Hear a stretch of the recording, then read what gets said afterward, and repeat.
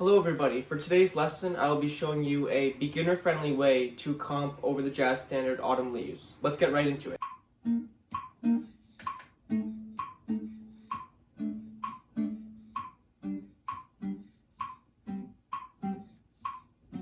Often jazz beginners struggle with chords, and that's completely understandable because if you're a beginner in jazz and you're given a bunch of chord names and hard chord shapes, it's going to be hard to comp.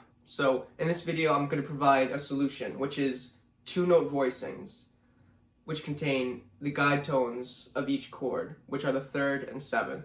So in the beginning, when you're learning jazz, for example, you're shown a chord like this.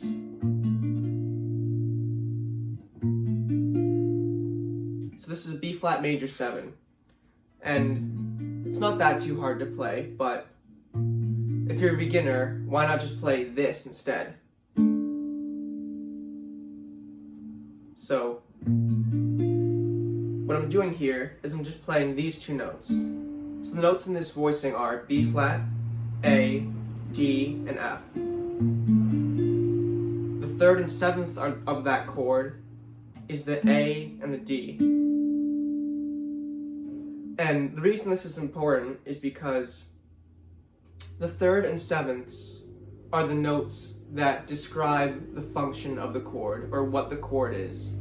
So what does that mean? So here, the third and seventh, without them, you have that, which is a B flat and an F, which is just a power chord. It doesn't have major or minor in it. But when you add the third and seventh, tells you a lot more about the function of the chord. And this chord is functioning as a B flat major 7. So these two notes, A and D, A is the major 7th, D is the major 3rd. So let me show you all of these two-note voicings over Autumn Leaves and tell you what notes are the third and seventh so you can see them. So basically, the third and seventh of a chord determine the quality of the chord. And quality means if it's major, minor, diminished, dominant.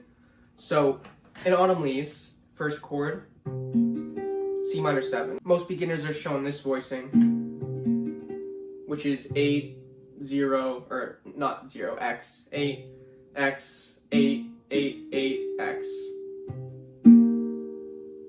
And it's a pretty easy voicing for a beginner to get down, but what if we could just remove those notes and get this? This is much easier. So for this, you could either do a bar, or just place your middle finger and your ring finger on the 8 and 8 of the D and G strings. So those notes, B flat and E flat, B flat is the 7th of a C minor chord, a C minor 7 chord, and E flat is the 3rd of a C minor chord. It's the minor 3rd, so very simple voicing. Okay, next chord is an F dominant 7th. So usually jazz beginners are shown this one, that one. But what we can play for this is simply the tritone of the chord, which is this interval. The devil's interval. Sorry about that. So this A, E flat. A is the 3rd of a F dominant 7 chord, and the E flat is the 7th. So we go from this C minor 7 two-note voicing to this F7 two-note voicing. And you can hear, the great thing about this is that you can hear the voice leading very easily within this. If you have it's harder to hear the voice leading when a chord is extremely dense, And if you're a beginner, you can hear that. It's very clear. And so we've covered C minor 7, F7. Our next chord is the B flat major 7 I showed you. And you just play this, which is the same shape as this C minor 7. So we're going C minor 7, F7, B flat major 7. And this is your ring finger on 7 of the D, and your, no, middle finger, that's my middle finger. 7th on the D, and your ring finger is on the 7th of the G. Just this simple voicing. And then for the next chord, which is E flat major 7, we're going to play 5 on the D string and 7 on the G string. And these notes are G and D. G is the 3rd of E flat major 7. D is the major 7 of E flat major 7. So, to recap, this shape and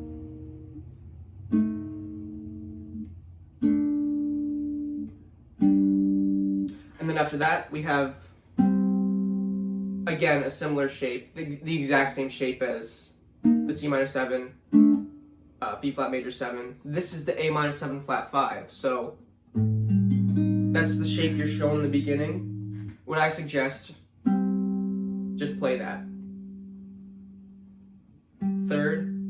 7th and 3rd. G, C. G is the flat 7 of an A minor 7 flat 5, and C is the 3rd. So you just got. And what comes next is the D7 chord, which is, but we're gonna play, again, the tritone.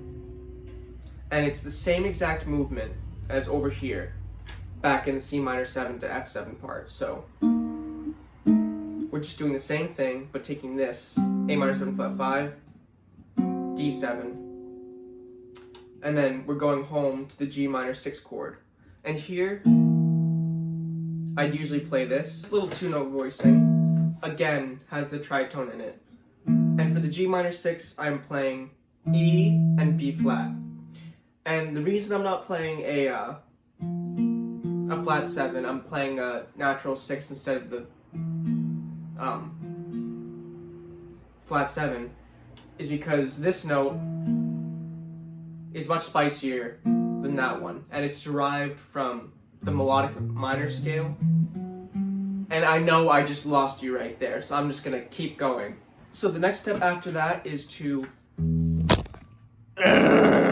okay, so the next step after that is to take all of these 2-note voicings and put the metronome on 2 and 4, and you're just gonna play through the standard.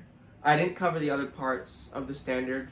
Let's cover the A section to make it simple now. So, let me get my metronome up quickly. Okay, so we're gonna play the Charleston rhythm, which is, I think, the first rhythm every jazz beginner should learn as far as comping goes. So metronome, I got it at 65 right now. 2, 3, 4. Sorry, my bad. 2, 3, 4. 1, 2, 3, 4. 1, and 1, and 1, 2, and 3.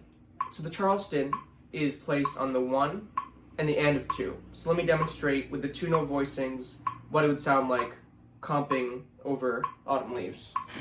2, 3, 4.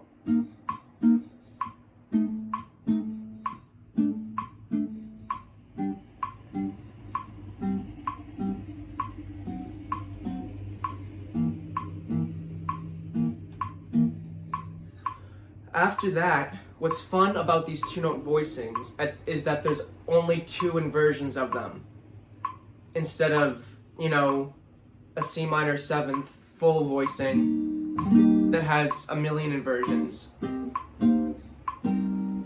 Of course, there's a time and place to learn all of your inversions, and that could be a future video, definitely, but in the beginning, when you comp, I think things should be simple and you should focus on rhythm instead. So these 2-note voicings are just perfect for a beginner. That's it for today's video. Thank you for watching. Stay tuned for more jazz, guitar / music videos in the future, and I hope you have a great day. Thank you.